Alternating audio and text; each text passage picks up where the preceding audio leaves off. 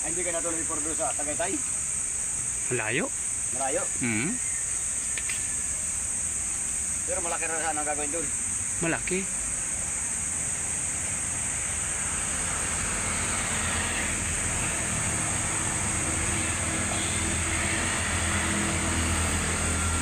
Kaya tinawagan ko si si Oliver, totoo talaga kasi sabi niya ngayong Lunes pupunta raw siya dito sa Antipolo, yung sinasabing street light.